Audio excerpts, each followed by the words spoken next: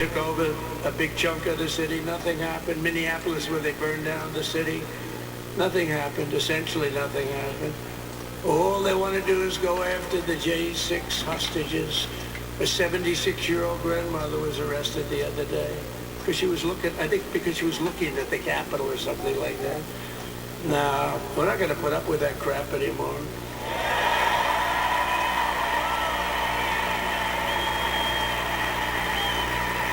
And to stop the weaponization of law enforcement, I've been investigated more than any human being in the world. I believe I have the all-time record. Every day a subpoena. Every single day we get subpoenas. I was more than any person. Alphonse Capone, remember I used to talk about him? You know, Alphonse Capone, Scarface, he was a pretty rough guy. He was investigated about 1/100th what Trump was investigated. My father's looking down at me, my mother. How the hell did this happen? You know what it is? They investigated their political opponent, the opponent of Biden, and then ultimately Kamala. Has anyone ever heard of Kamala?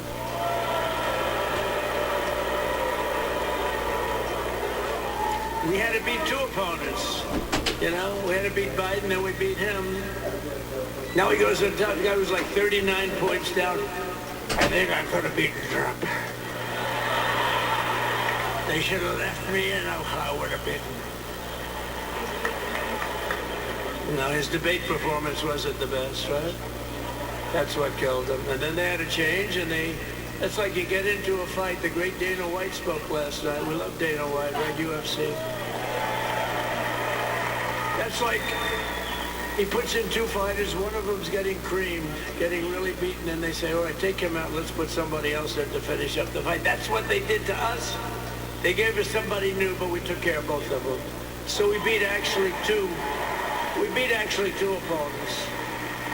But to stop the weaponization of law enforcement and our government, I will also sign an order directing every federal agency to preserve all records pertaining to political persecutions under the last administration, of which there were many, and beginning the process of exposing any and all abuses of power, even though he's pardoned many of these people.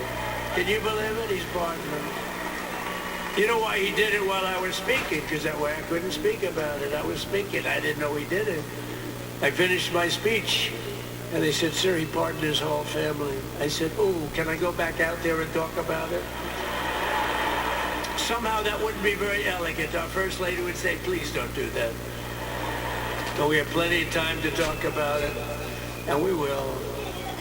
We're doing all of this on our very first day in office. You know, don't forget, we've been in this position, really, where we won the primaries in record time. We were the fastest win of a primary ever in political history, which is a very nice thing. It's nice to know.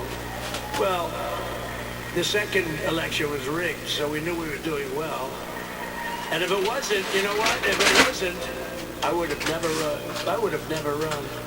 But this third one was just a monster. Boy, was that a big one, huh? That was a big one.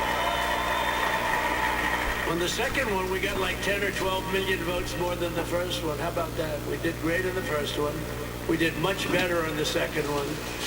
But man, did we do well in the third one. So we're gonna have some fun. It's very simple. We're gonna make our country great. We're going to make our country great again. We're going to make America great again. How good a name is MAGA, though, right? You know? I was going to say keep America great, but unfortunately it wasn't great. Can't say keep it great. It will be great again, but CAG, keep America great, CAG. I don't think it's ever going to replace MAGA. Does anybody like CAG? I don't think so. Never replacing MAGA. Nothing will ever replace MAGA. MAGA was the most successful political operation, political movement in the history of our country, maybe in the history of the world. Let's see what happens. Because we're not finished yet. We're not finished yet. We got a long way to go. But we're doing this for the very first day in office, and in just a few moments, I'm not only signing the release of the J6 hostages, I'm signing other things that you're going to love. Oh, you're going to be happy reading newspapers tomorrow and the next day and the next day and the next day. So I just want to thank, I mean, look at this place. It's full to the rafters. You don't have any, look at those people up there. You don't have any empty seats. And by the way, the Capital One owners, they are so good. We got to root for their teams because they have been so great to MAGA, to us. And I just want to thank Ted and everybody. You guys have been fantastic in there. The ice hockey team's doing great. Ovechkin's pretty good, right? They're doing great. So I want to thank them, Capital One arena owners. They have been absolutely fantastic. And thank you once again to everyone. And I can only tell you, you're going to be very happy. You're going to watch a lot of good things happen. We got to stop some wars that are happening and going on.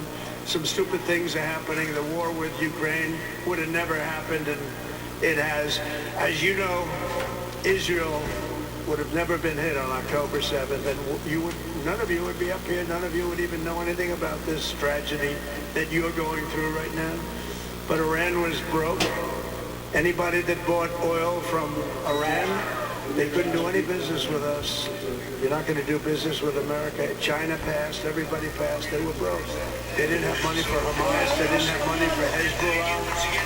And your sons would be alive, and they certainly wouldn't be incarcerated like they are. Such a shame. But we're getting a lot of people out in a short period of time. So I'm going to go right over to here, and I'm going to sign in front of you. Is that okay? As you know, Israel would have never been hit on October 7th. President Trump, after giving his inaugural address earlier today inside the Capitol Rotunda, now at Capital One Arena, shaking hands with families of the hostages. Many of those families have given Donald Trump credit in recent days, saying they do not think that this ceasefire, this deal would have gotten across the finish line had it not been for Donald Trump, of course, his Middle East envoy, teaming up with the Biden administration in those final days. They have said that they believe it was the addition of Donald Trump at this team that made this happen. Donald Trump saying he will head over to that table with a number of executive actions already laid out on the table in the presidential seal. Mary, Bruce, do we have an understanding of exactly what it is he's signing right here? But we do know that this is going to be a tremendous effort for him to show straight out today just how aggressive he is being, as he has been touting all day. We know that he is signing a wide range of executive orders, ranging from rescinding any DEI or gender-related directives of the Biden administration to designating cartels and foreign terrorist organizations as being rules. Decision of 78 Biden-era executive actions, executive orders, presidential memoranda, and others.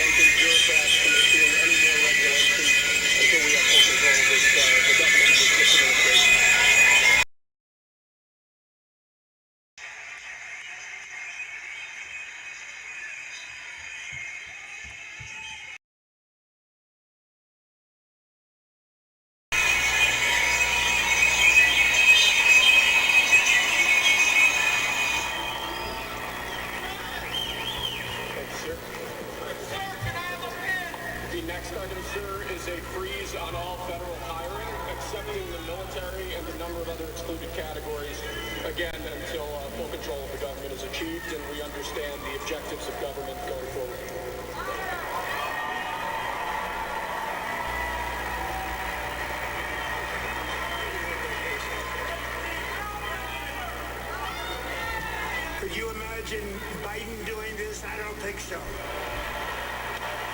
I don't think so.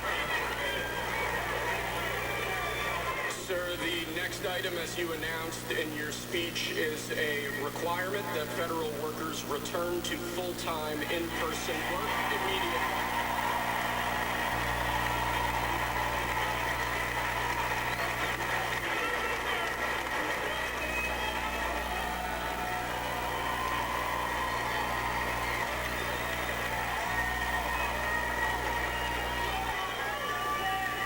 Thank you, sir.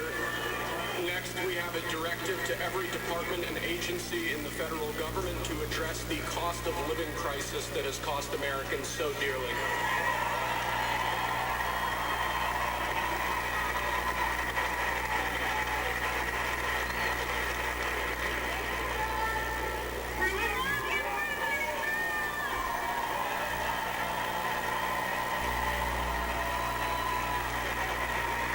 Thank you, sir. The next item here is the withdrawal from the Paris Climate Treaty.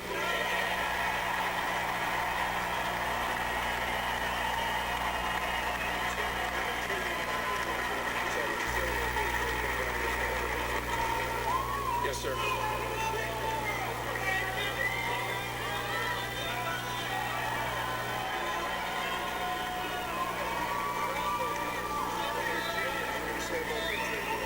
We're going to save over $1 trillion by withdrawing from that treaty.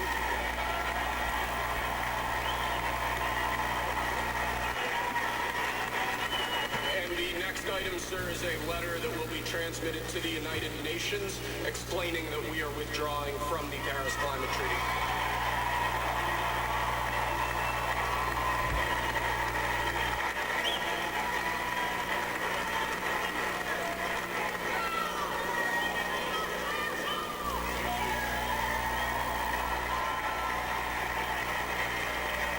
Thank you, sir. This next item is a directive to the federal government ordering the restoration of freedom of speech and preventing government censorship of free speech going forward.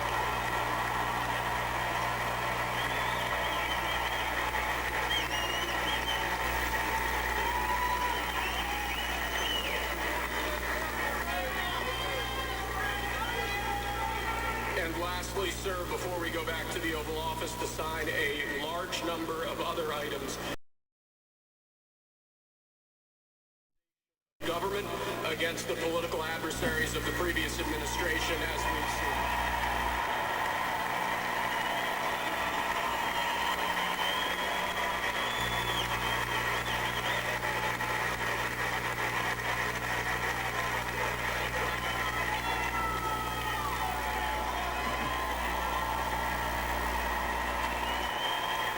Thank you very much, sir.